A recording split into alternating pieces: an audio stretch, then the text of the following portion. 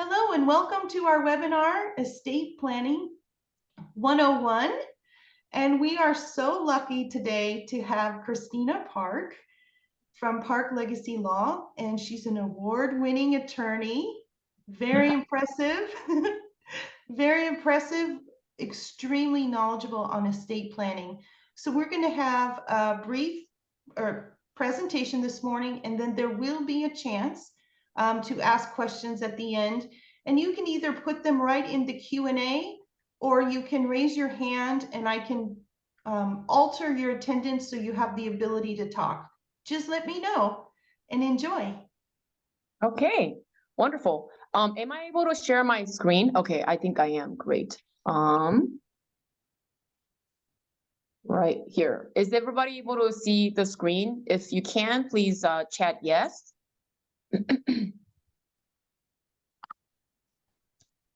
Yes, okay, great. Okay, so let's get started. Thank you for attending our webinar, and you are here because you really love your family, you love your business, and I will go ahead and get started with the slides. Okay. So before I begin, I would like to give a big thank you to Small Business Jump. And I know that Stephanie has put in a lot of work to make sure that this is a useful resource for those people, the members that are part of it. And I was quite impressed, actually. I was looking through your purpose statement, and this really jumped out at me. It says, this program is inspired by the desire to uplift small business owners. And how many of us small business owners can be uplifted? We definitely need that. And provide them with a supportive community that offers the resources and knowledge necessary for their business growth. By fostering peer-to-peer connections, which we absolutely need as well, it sometimes is very lonely being a business owner, we aim to empower these individuals with the support they need to overcome obstacles and propel their business forward. And who's here to propel their business forward in the year 2024? Say me if that's you on the chat. Yes, it's amazing how much people can do together instead of going at it alone. So I'm so glad that you guys have Small Business Jump and Stephanie's support in getting help with your business. So let me tell you a little bit about myself. Let's see. So my name is Kristina Park. I'm an attorney here in Northern California. And I serve clients that are in Northern California, as well as in Los Angeles, Orange County area, which I know that Stephanie is from that area. And I have been really into the trust and estates space ever since I was in law school. I've done super well in that course, and that has been kind of my track. But above all, more than all of these things, I am a mom to my children, 6-year-old Winston and 3-year-old Maybell. And my husband, there you can see his name's Sean. And I'm a small business owner myself. And let me tell you, law school did not teach me anything about how to handle business. So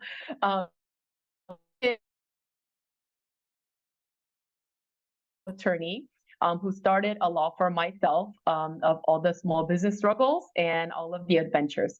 So I am here on this journey with you. But today we're going to talk about estate planning, okay? Estate planning specifically to small businesses.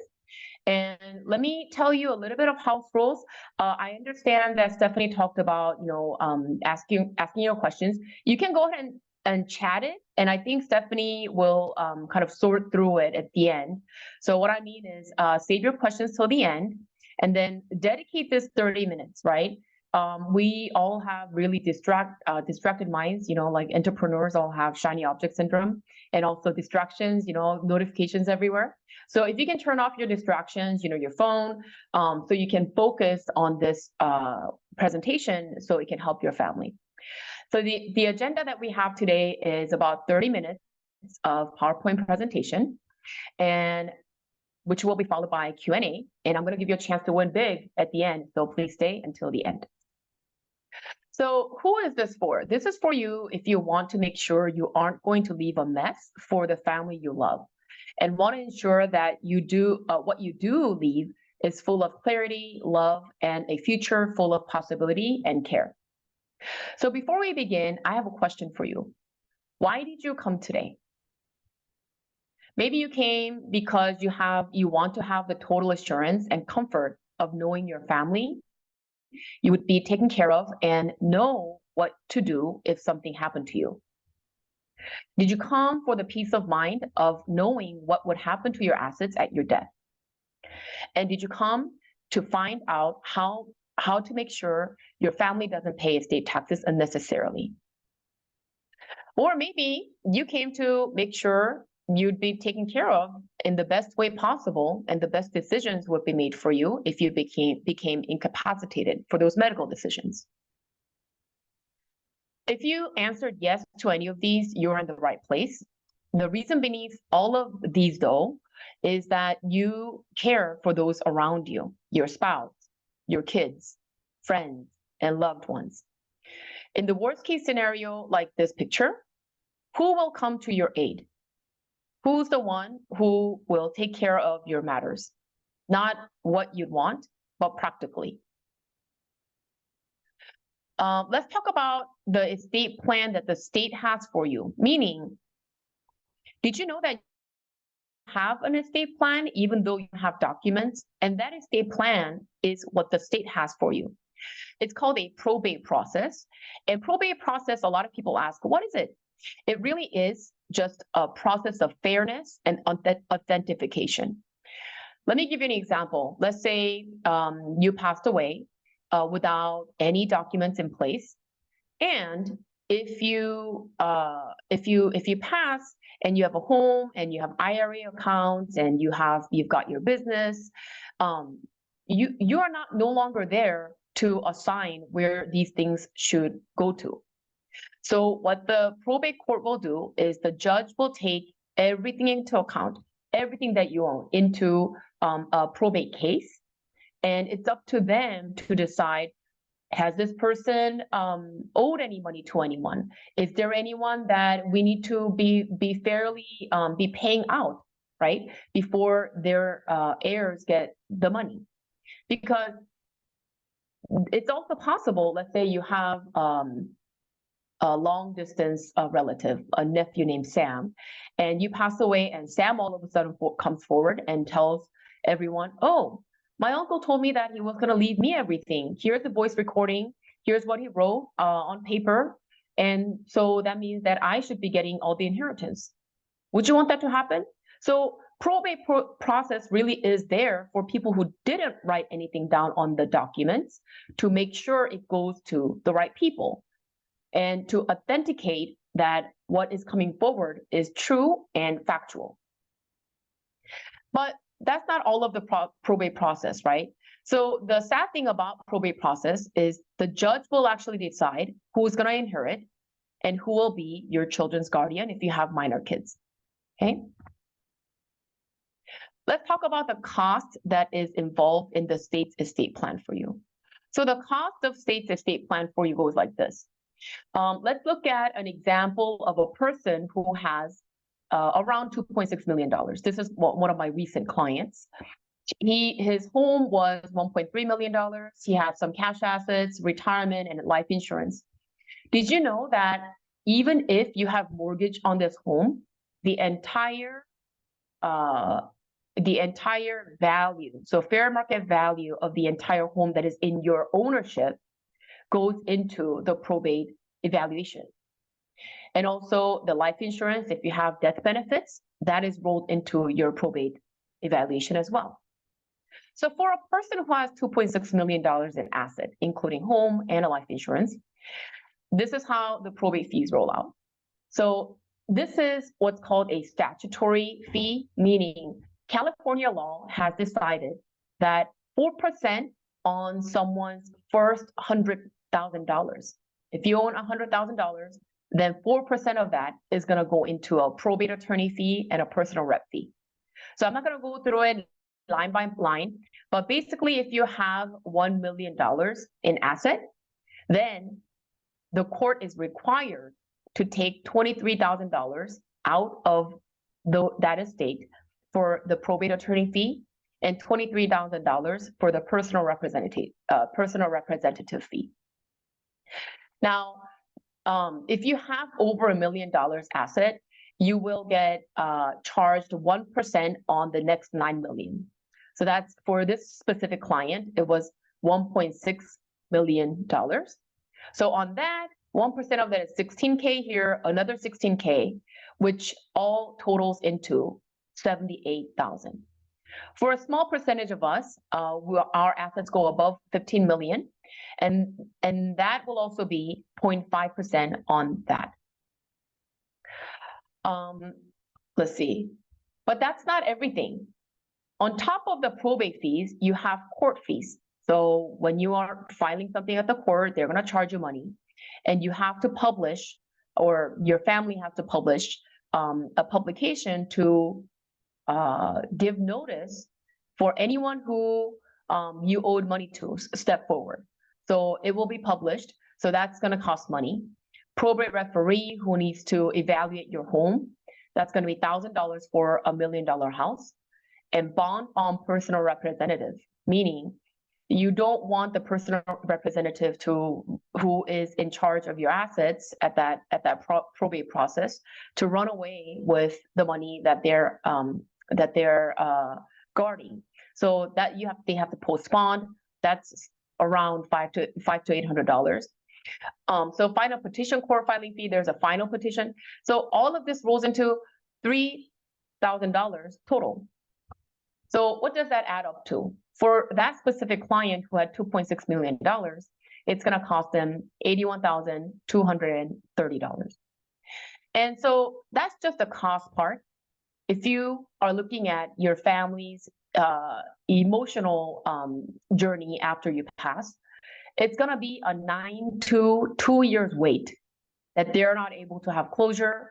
If your kids want to rent out your house or do something with it, liquidate it, they're not able to do that until this probate process is over.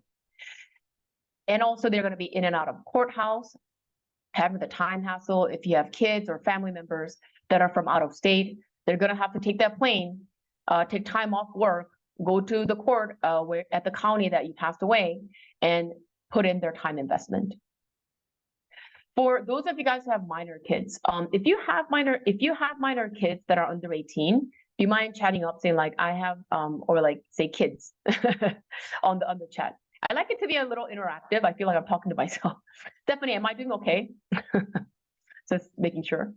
You're doing great, Kristina. Thank you so much. Wonderful. So if you have minor kids, they're going to have unclear guardianship. Then there will be no specific designation who should take the kids. So it's going to be really sticky, right? Kids not knowing where to go. And guess who's going to decide who your kids are going to be raised by? The judge that you're assigned, right? So with all that, on top of that, it's going to be a public process.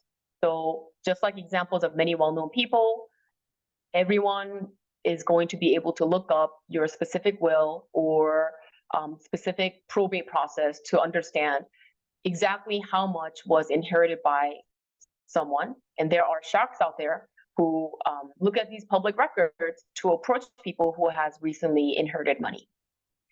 Let's say, yeah, Stephanie says, avoiding probate appears to be the best gift you can leave your family. Really it is, Stephanie. I have to say that this is something that that you're doing not for yourself, but for your family, for those that you leave behind.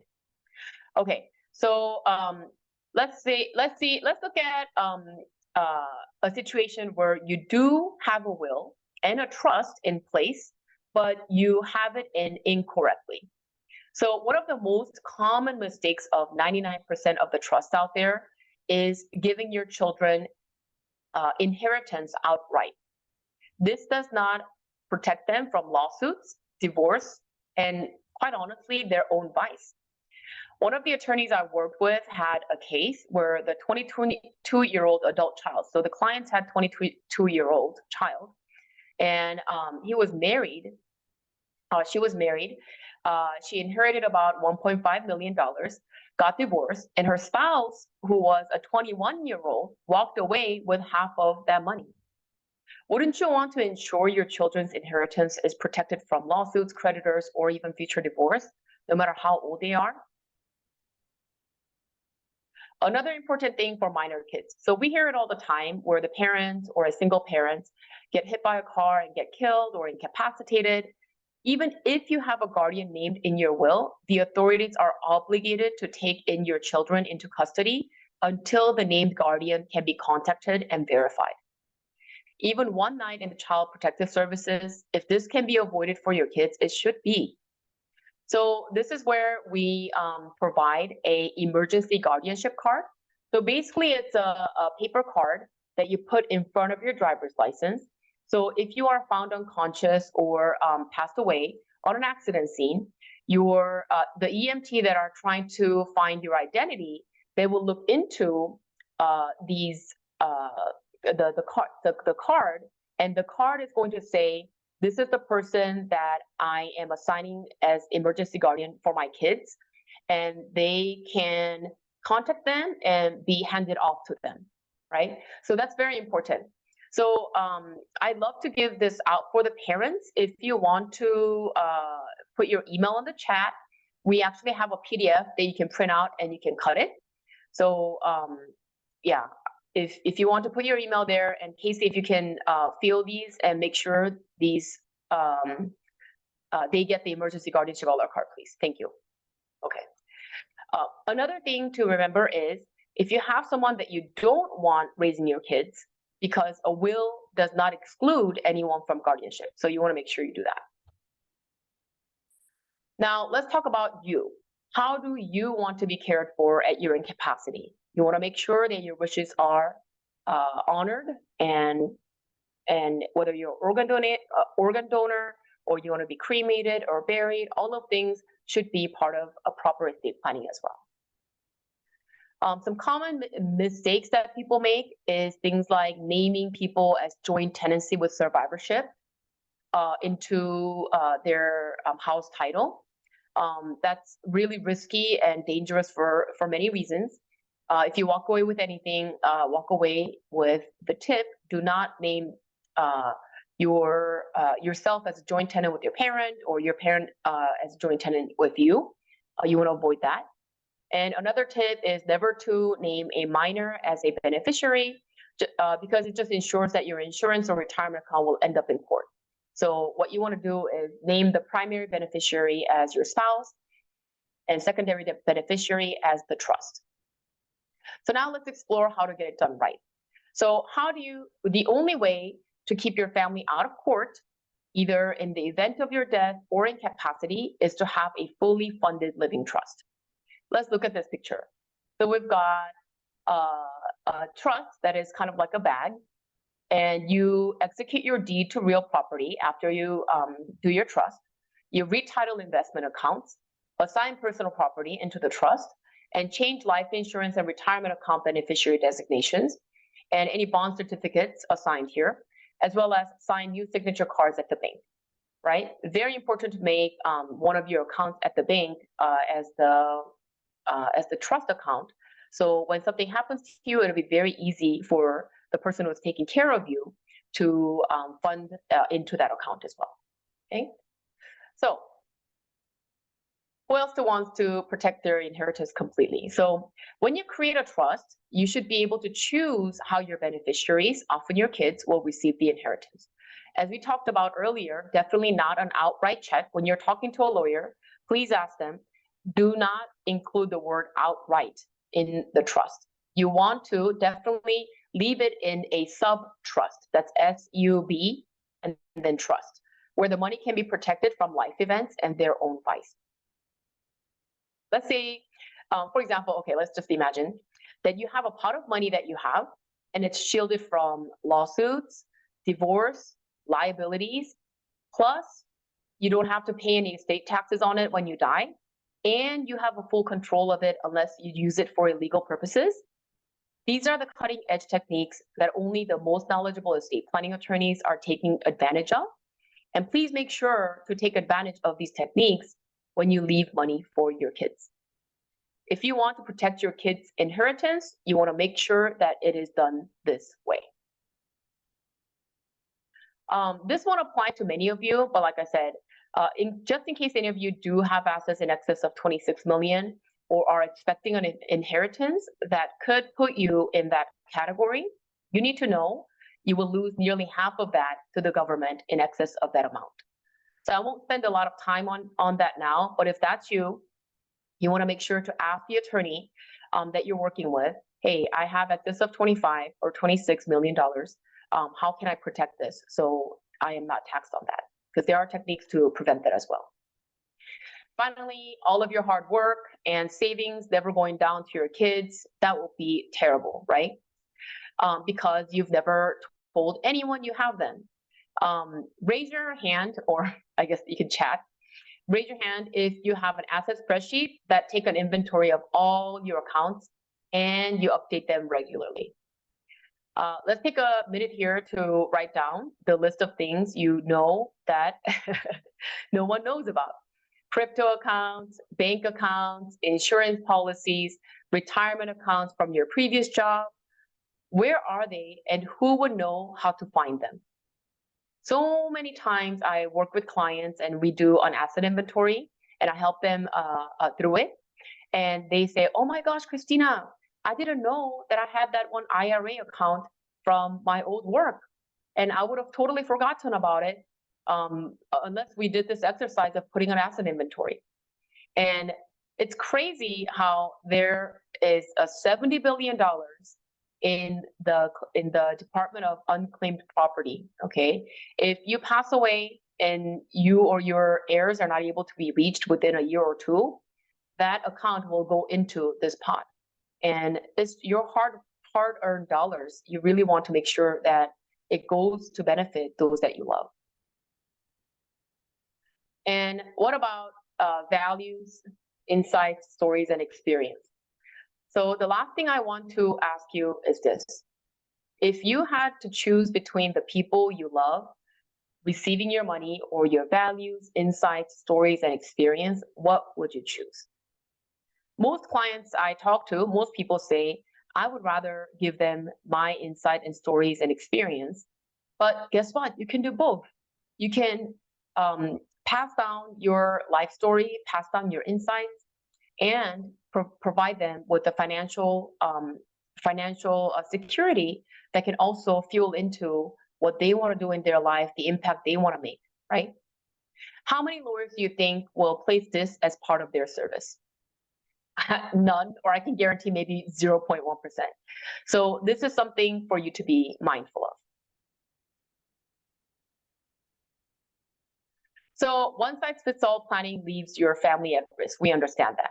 So DIY, online, or cheap lawyer plans leave holes in your planning and your family with a big mess. And they won't keep your assets out of court or Department of Unclaimed Property in the event of your incapacity and death. And it doesn't protect your inheritance, leaves your kids at risk of being in the care of strangers or someone you wouldn't want. And it only addresses financial assets, not what matters most. So I would be remiss if I threw you all of this information and left you to go to do the research yourself, right? So like I said, the way it's done with traditional law firms is so and not conducive to protecting your family the way like that is no nonsense way. So that's why I don't practice as the 99% of the law firms out there, leaving your family in cold. So instead, we begin all of our planning with a 2-hour working session. Clients actually love this, and you will probably too, because you'll feel so good about your choices after it, really understand all of your options, and actually get your planning done the right way. And know you have a plan that works at the right price for you and your family. So we call it the Family Wealth Planning Session. This process begins with an inventory of your assets, which you need no matter what, to ensure that when something happens to you, your family knows where it is and how to find it. Otherwise, your assets are at the risk of being lost or your family is left with a big mess. So we'll support you to create an inventory of your assets, and then we'll have a 2-hour working meeting that support you to make informed, empowered decisions for the people you love, so you know what you actually need to have in place and what you don't. And during that meeting, we'll get to know your family dynamics and your assets. And you will know enough of the law to choose the right plan for your family at a budget that is right for your family. So you're probably wondering what it all costs. The regular cost of a family wealth planning session is $750, but in a moment I'll tell you how you can get it for free, plus get $250 toward your planning. So that's $1,000 in total. Our average fees for planning run between 3 to 9K, depending on your family dynamics and your assets and the level of protection that you choose during our meeting. But what's most important is that you'll choose your fee during the family wealth planning session. And by the end of our time together, you'll know with certainty and clarity you are making the best decision throughout your life, and your family will know how much you cared about and loved them in the event of your incapacity or death, because everything will be so well handled. So we'll guide you through everything. All right. So, and you only choose a fee that's more affordable than doing nothing. I love this part, because remember this, what your current plan is right here. Ultimately, you know you're doing this not for you, but the people you love that you'll leave behind. So I know you want to do right by your family, and that's why you've made time in your busy schedule. We're all busy small business owners, right? To be sitting here in this webinar on a Tuesday morning, a random Tuesday morning. You came here to watch this because you want to protect your family. And as a lawyer who's worked very hard to go against the grain in this broken legal services industry, it's my job to support you through that journey of getting it done right. So here's what we're going to do. If you schedule your family wealth planning session today before 11 a.m., so it's 10:30 right now, and if this is something that you've been meaning to do and you want to get it done in the right way and do it in an easy way, I'm going to ask Casey if you can put up the link, right? You guys can click on that and then commit to completing an inventory of what you own and what's most important to you before your scheduled appointment. And then turn it in 3 days before, so I can do a thorough review of it before I meet you at no charge. I'll not only waive your family wealth planning session fee, but also credit you $250 toward your planning. That's $1,000 of gifts of services to inspire and encourage you to do what you came here to do anyway. So here's how you're going to claim your golden ticket. Step 1, take out your phone and scan the QR code or click on the link in chat. Okay. And step 2, choose a date and time for your family wealth planning session that's far enough out to get your homework done and completed, because that's your ticket to the meeting without having to pay for it. Unfortunately, I only have 2 more sessions left in February. If you go to that link, you will be able to see. There are some more in March, I think, which is more than a month from now. But step 3, an email will go out to you once you book, and you'll secure the meeting with a credit card. Nothing will be charged unless you decide not to do the homework and want to do it in the meeting with me. And if you have any private questions, I'm going to invite you to email it to me at k.park@parklegacylaw.com. So if you ever had a question after this meeting, you can go ahead and email me. So because you are Stephanie's group, I will make sure that I have your questions answered. legacylaw.com. That's my work email. If you guys want to grab that and have it in your Rolodex, as we call it, right? That will be good. So let's see. And some of you don't need to come in to meet with me. If that is, you don't want anything that would, you don't have anything that would go through the court process, meaning you don't own a home, you have less than $183,000 in asset, that's including life insurance benefit, death benefit, and you are 100% clear on who you want to handle things for you, and there's no complications. You can list 3 people you want making healthcare decisions for you, financial decisions for you, and to take care of your kids if you have any, and they all live close by and won't fight or argue. You are naturally organized and going to get it done. All you need is to know what to do, and you'll do it. If that's you, I'm gonna send you this another kind of cheat sheet / presentation on how to do a DIY. So if that's you, chat on the chat box DIY, and then also your email, so I can have my assistant email to you the DIY version. Okay. My hunch is, because this is an entrepreneur group, you probably don't belong to this slide, but if that's you, I'm going to help you as well. Okay, so the next step is to, the pink sheet, that's for in person. So go ahead and schedule. What I'm going to do is I'm going to go back to this, and you can go ahead and click, you can go ahead and take a picture of that, or do a QR code scan and go to the calendar link. Right. At this point, I would like to take questions. Let me go ahead and field some of them. Okay. Does Kristina service people outside of CA? I don't. I am only licensed to practice in California, so I'm not able to do work outside of California. But if you would like a referral, I have a group of colleagues and a network of attorneys who do it correctly in this way. So feel free to email me or ask Stephanie, and I can make that referral for you. Let's see, Dale. If I already have a trust attorney, what are benefits of contracting with you? So let me try this answer live. Oh, okay, that's cool. So if you have a trust attorney, go back and jot down the notes that I've talked about today, and ask that attorney if they can use that technique, if they can make sure all of those things are taken care of, and see if that person can do it for you. Because some attorneys out there, like I said, they don't offer it, but if educated client asks, they will find a way. I don't know if your trust attorney charges by the hour. One benefit of working with me would be I only charge flat fees. So I hear a lot of stories of even like people from my BNI group said that, oh, I had this real estate attorney or, landlord tenant attorney for my rental property. And then they hired this attorney to take care of the matter, but they were lagging on it. So the person asked the attorney, like by writing an email, like what's going on.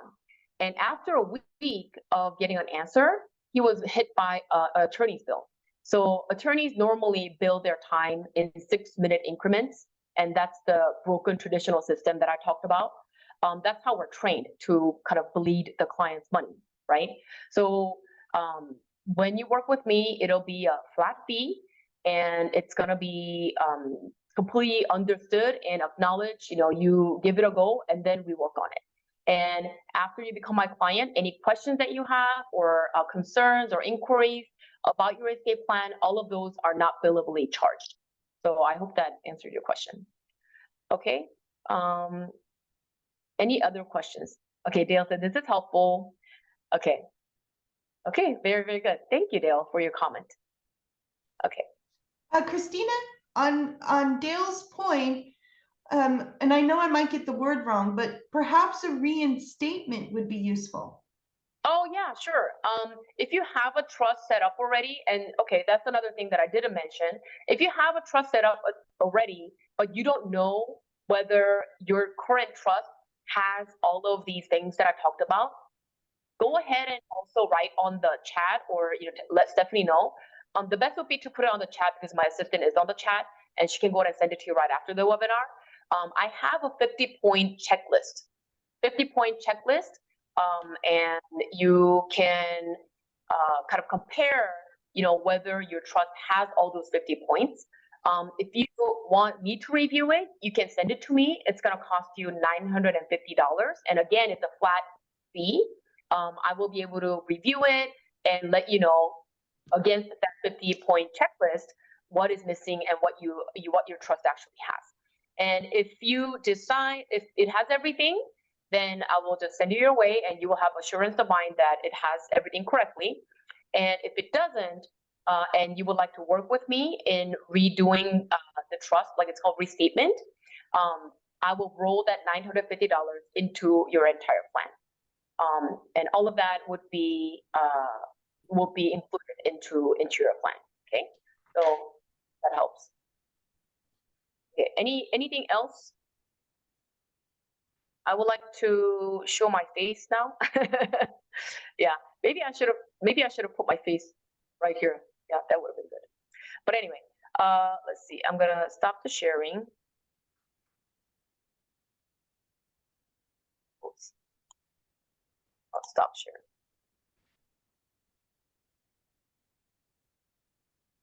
Okay.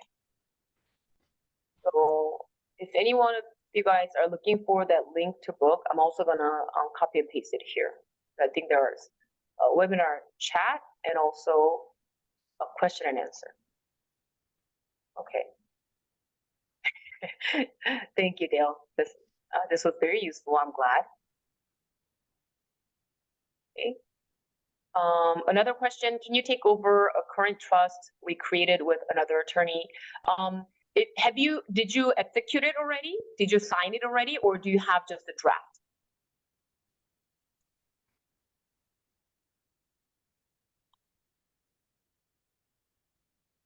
Did you sign it already and put it into place and notarize it?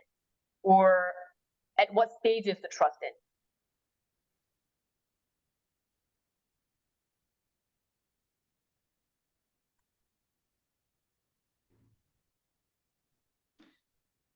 So Dale, you can unmute yourself and speak. I know it's hard to have a conversation in the Q&A tab. Yeah. Oh, it is finalized, but needs updating. It is less than 10 years old. Okay, so what that would mean is I will take a look and probably, have you gone back to the attorney that set it up to update it? Like, did the attorney reach out to you? Like, because what they should also do. We haven't talked to the attorney in probably greater than 10 years. So, and pardon my typos, I typed really quick. It's okay. Okay, so yeah, if you haven't talked to the attorney, oftentimes the clients say, it's very hard to reach out back to them. And that's why I actually reach out to my clients every 3 years to give them a review of what the trust that they executed is, because people forget, everybody's busy. So it would be my job to remind you of the details that are in that in your trust every 3 years. So even though it's less than 10 years old, if you would like to have me look at it and redo it, that's absolutely possible. If you mean like if you mean like amending the trust, meaning we will have that trust set in place and then put amendments on top, I personally do not do that, because that would be basically saying that whatever work that some other attorney did 10 years ago and hasn't been updated, I am signing my name off and giving my law license, putting my law license on the validity of that. So I don't do amendments, meaning like patching it up, but I can absolutely do a complete redo for you that is flawless and perfect to suit your current situation, if that makes sense. That's makes perfect sense, and I appreciate that, and that clarifies what my options are going forward. Perfect. Okay, thank you, Dale.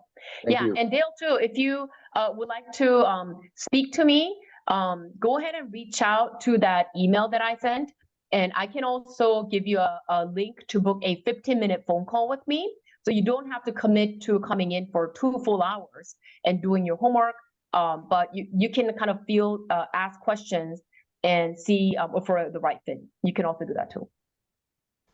Okay, now you mentioned Northern California. We live in South Orange County. Do you have offices in Southern California? I don't have a physical office, but I have staff members that are trained to follow my process. So how it will work with people in Orange County, and that's what I've been doing, is you will have a Zoom consultation with me, and everything will be done through Zoom and online. And I have a very easy process, a questionnaire that you can click online and get it done.